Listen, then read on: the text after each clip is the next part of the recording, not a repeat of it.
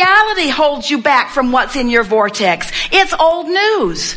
What's in your bank account right now is not up to speed with what's in your vortex. And if you're counting your money all day, every day, you're holding yourself back from what's there. Your current physical status, your physical weight, your physical stamina, your physical condition. If you've got your undivided attention on your physical body, you're holding yourself back from the new and improved one that's in your vortex of creation. Can you hear this?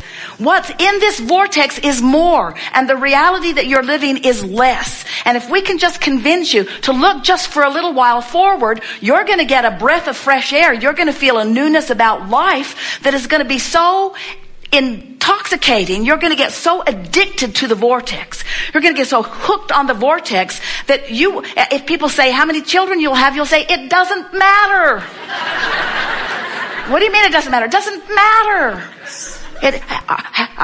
Do you get along well with your children? It doesn't matter. What's in the vortex is what matters. How much money do you have? It doesn't matter. In other words, we know we're really asking you to take a departure from reality. But friends, you said it. You work someplace where 6:30 a.m., 98.5 FM. In other words, the frequencies have to match up. And the frequency of your manifested reality is not the same frequency of what's in your vortex.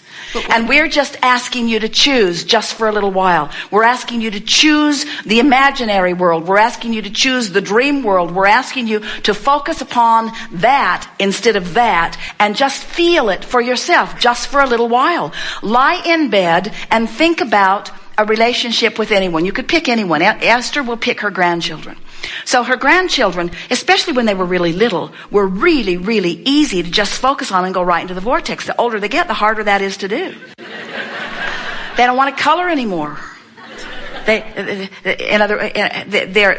interests are changing. In other words, they are finding their own way. They are sifting through their own contrast. And so Esther can lay in bed at night and think about her grandchildren, but when she thinks about the reality of them, she knows Kate misses her. And she knows Kate would eye-chat 24 hours of every day if Esther would allow it. And so that's an out-of-the-vortex feeling when Esther thinks about that. So when Esther faces the reality that Kate would like Esther to be in San Antonio where she could play with Kate all day, every day, that thought, there's no way that Esther can find any reconciliation in that thought. So when Esther thinks about Kate in her moment of missing her in the reality, Esther gets out of the vortex. So now is the subject of Kate off limits to Esther?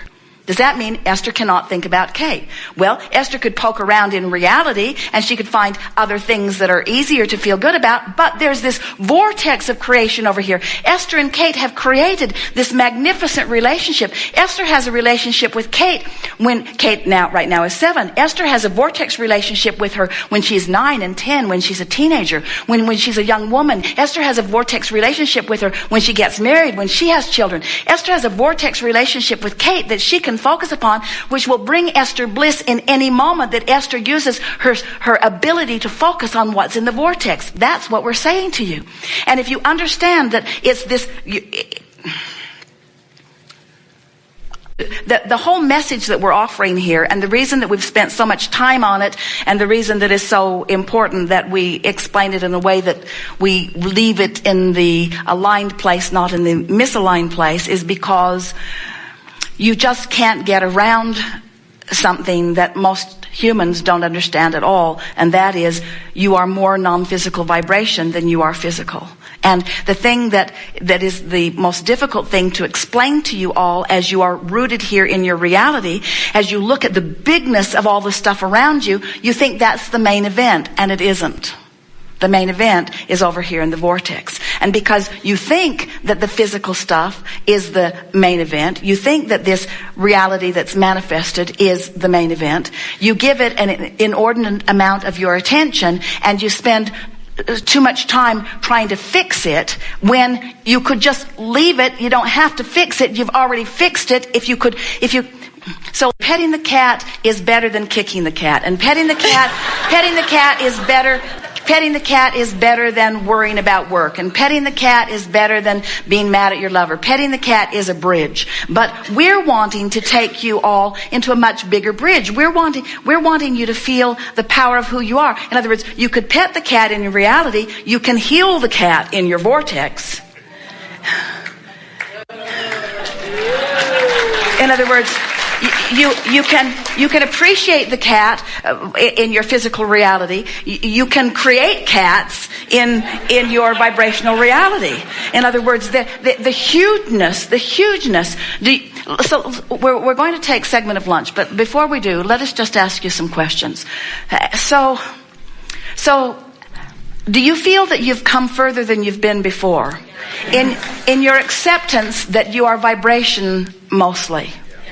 Do you feel that you've come further in understanding that you are source energy in these physical bodies, and that most humans use their physicalness to pinch off the source energiness, and that's what we're attempting to help you overcome here? We just want to.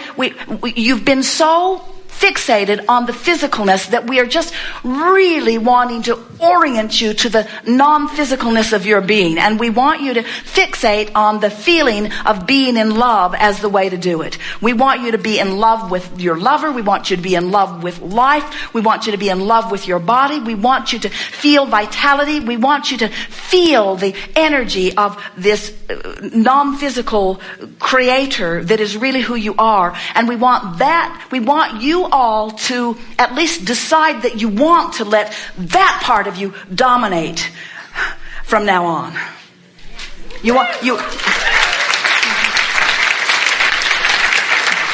to be this source energy that creates worlds, walking around in a physical body, doing it, you see. That and we can feel that you've come with us, and it's not an easy thing to do. It's not an easy thing to let go of the infatuation of all of this tangible physical stuff. But the feeling of love is so much bigger than that car. The feeling of love, the feeling of confidence is so much more than moving furniture around in a house. The knowledge of the well-being of this planet is so much more than plugging the hole that the oil's spewing out of. In other words, there's so much more for you to feel and know that you deserve to feel and know, you see. You ought to be walking around shining so bright that people are...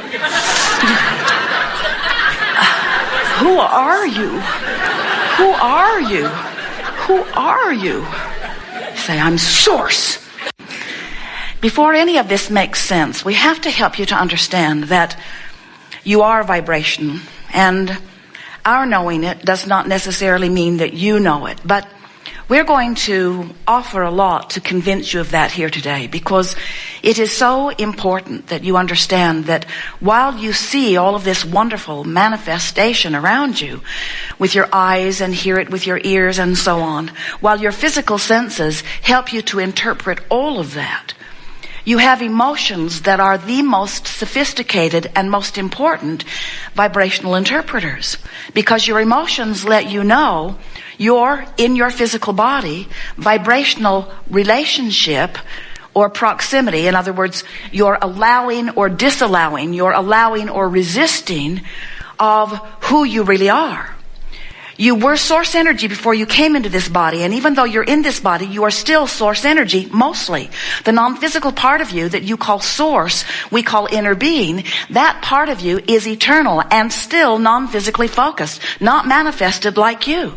So this non-physical part of you is offering a vibration. And what we want you to know is that vibration is a pure, resistance-free vibration as far as you are concerned. There is contrast in everything, but from your physical point of view, you would not be able to discern the vibrational difference in the frequency of the inner being that is you, or in that which humans want to call God. That frequency is resistant-free. It is pure love. There is not even a particle of hate or annoyance or irritation in that vibration. It's pure love.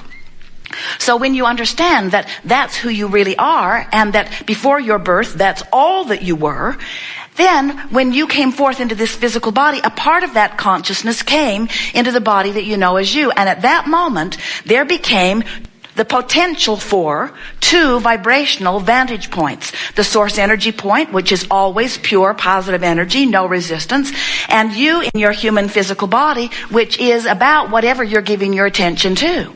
If you have been watching CNN and you're all guarded and worried about stuff, and if you've been watching CNN, you are,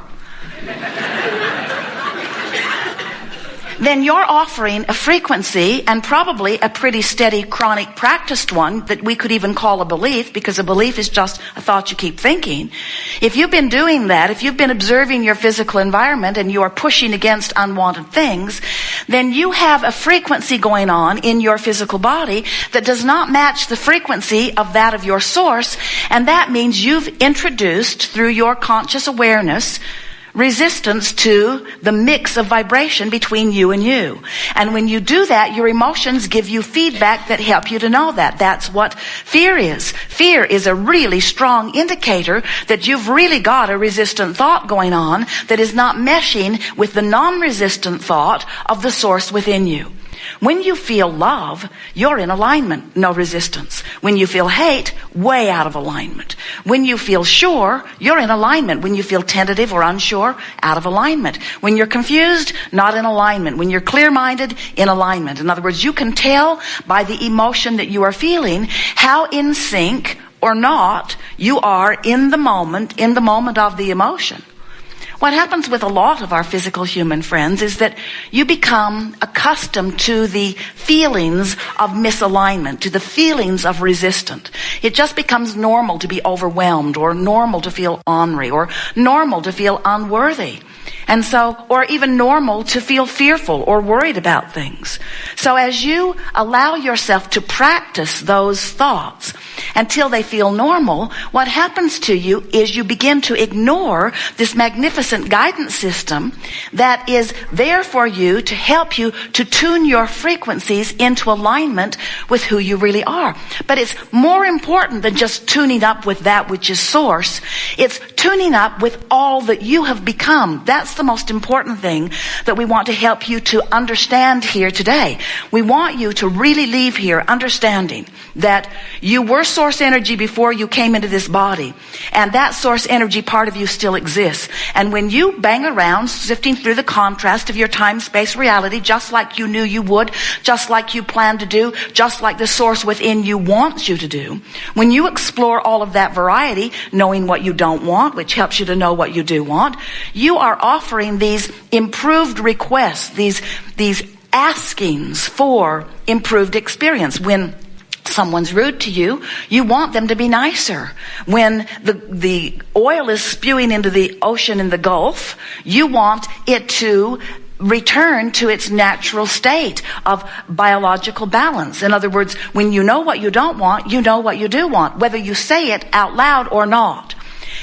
So we want you to understand that all day, every day, you and every consciousness, which includes all the cells in your body, it includes all one-cell's organisms, it includes everything that exists in physical form, because everything is consciousness. Every particle of consciousness is having a personal experience where, from its personal perspective, it is exploring and asking for improvement. That's what the evolution of all species is about. So when you know what you don't want, you know what you do want, whether you put words to it or not. And here's the part that we so want you to embrace and understand. When that rocket emanates from you, that asking, the source within you, that non-physical part of you, immediately becomes the vibrational equivalent of that new request. So you just keep asking and evolving, asking and evolving. Now this is the part that most humans don't remember, but it's the part that when you do remember, everything starts clicking quickly into place for you. Because you are constantly expanding this vibrational part of you, that means there is constant emotional feedback letting you know whether you in your physical human form are keeping up with the expansion or not. If you are sick in your physical body and you ask to be well, and you do, you ask it more when you are sick than at any other time, the non-physical part of you becomes more well than ever before, and particularly pointed to the specific asking for the specific recovery from the specific illness that you are specifically living. In other words, when you live something, you ask more specifically for the improvement, and the source within you becomes it.